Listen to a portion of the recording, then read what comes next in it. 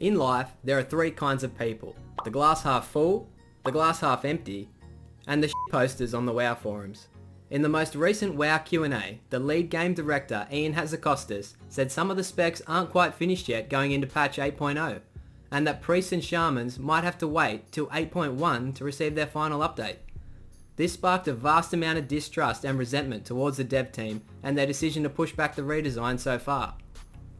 Whilst there are some obvious improvements that could be made to Elemental and Enhance, I feel majority of concerns are just generalised and don't offer any constructive criticism. It's almost like they haven't played the class on the beta and are merely just jumping on the hate wagon for the sake of it. One big issue that kept coming up in Legion was the lack of survivability Shamans had in Mythic Plus. The class developers have heard the community loud and clear and have given all specs extra survivability talents to compensate.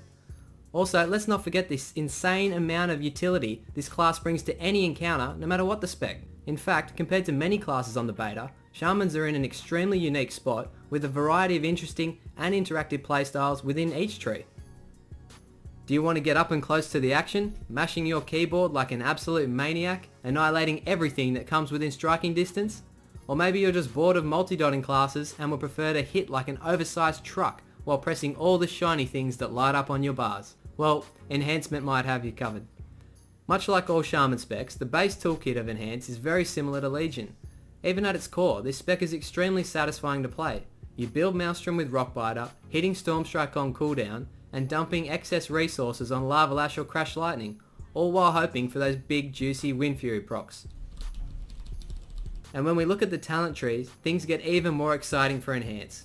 We could take Hot Hand and Searing Assault, which both heavily favour the use of our secondary Maelstrom dumper, Lava Lash, or even the Boulder Fist Landslide build that encourages us to alternate from Rockbiter to Stormstrike, as they now both have synergy to buff each other. But my personal favourite playstyle is the new Lightning Shield Forceful Winds combo. Forceful Winds is a new talent that grants you a buff for 15 seconds, allowing Wind Fury to stack up 5 times, increasing its damage by 500%. And the new Lightning Shield will also stack, granting you more damage, but it has one of the coolest visual buffs in the game. If we combine this build with the Crash Storm talent, Enhance becomes an absolute powerhouse in dungeons. This is because of the new change that allows Crash Lightning to now proc Wind Fury and Stormbringer for each target hit. This is one of the best baseline changes I've seen so far, as majority of time you will rarely have any downtime even at low mastery levels, causing your hotbar to light up like a Christmas tree.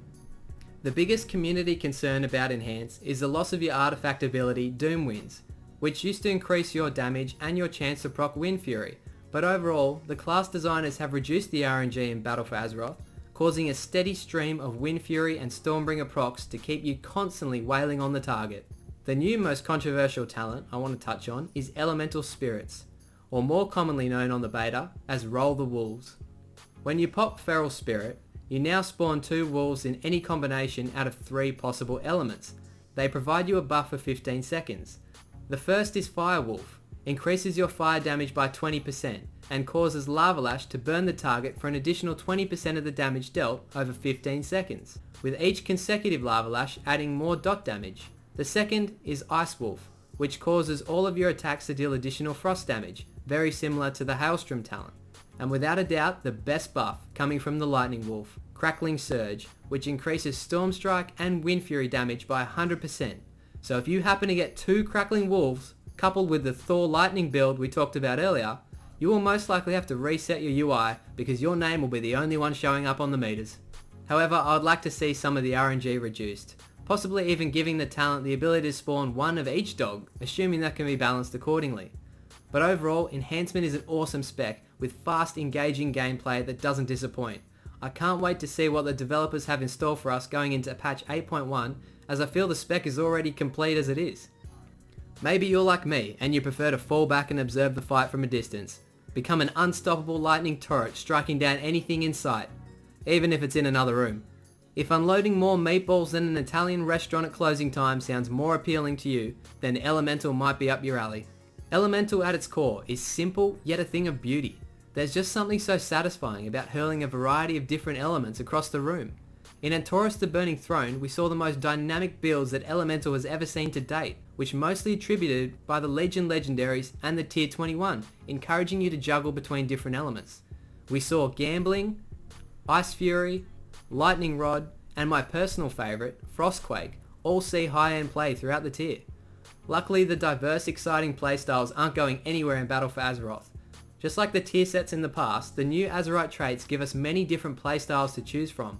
If you prefer a more methodical rotation, you could take the whole left-hand side of the talent tree, which complements one of your new traits called Synapse Shock, causing your Lightning Bolt and Chain Lightning to increase your intellect for 15 seconds, stacking up to 5 times.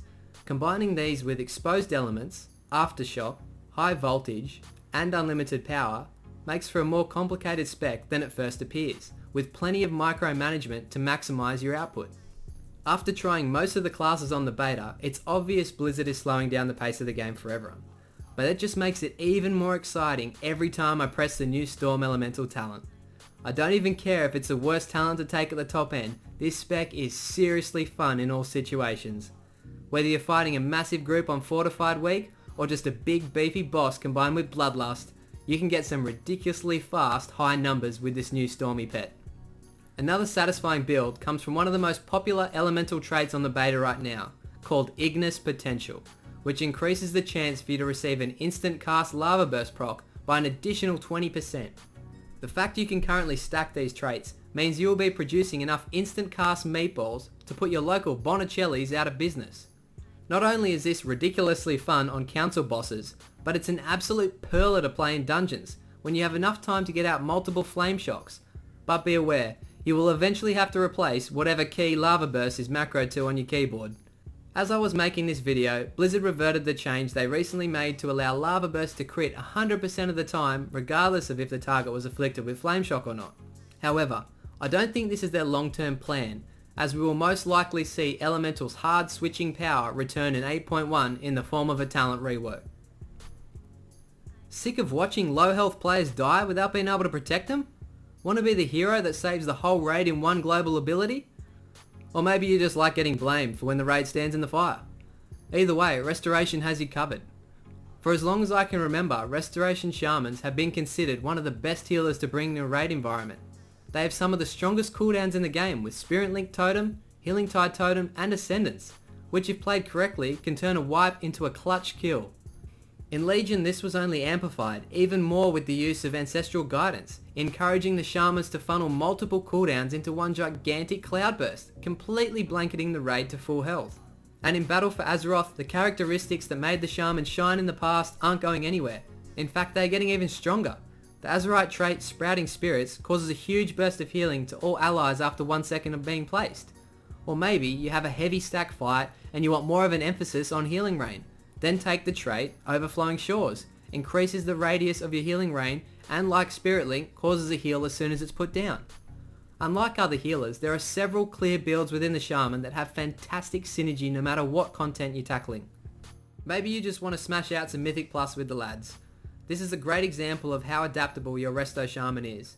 This build puts more emphasis on using your quick casts like Riptide and Healing Surge to save players from those unpredictable hits. One of the biggest changes to this playstyle is Tidal Waves. In Legion, you used to use the talent Echoes of the Elements, which used to give you 2 charges of Tidal Waves, which sometimes felt clunky and made the player feel forced into casting an empowered healing wave or surge. Now the Tidal Wave stack has been reduced to 1, and while that might seem like a nerf, it adds an awesome flow that stays consistent with your typical rating spec. No longer do you have to throw out 2 consecutive Riptides and feel guilty that you just wasted a Tidal Wave charge. We lost Queen's Descent, but we gained a new talent, Flash Flood. This works extremely well and feels like a reward when your spells interact with each other. Flash Flood isn't only subjected to Healing Wave or Healing Surge, it also increases the cast time of any heal. That means Chain Heal, Healing Rain, and even the good old Wellspring talent. If you're playing Restoration Shaman in the first tier of Battle for Azeroth, you might get a cheeky grin every time you see the boss fight that favours stacking the group in one spot, because you're about to become everyone's best friend.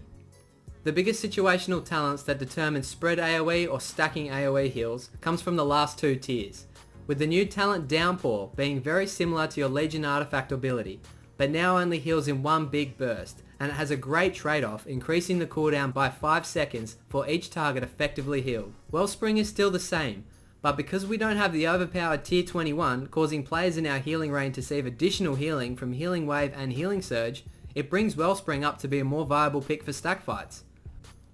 But what if we have a spread fight? Is it all over? Do we have to take a time out and sub in one of our favourite benchwarmer friends to take our spot?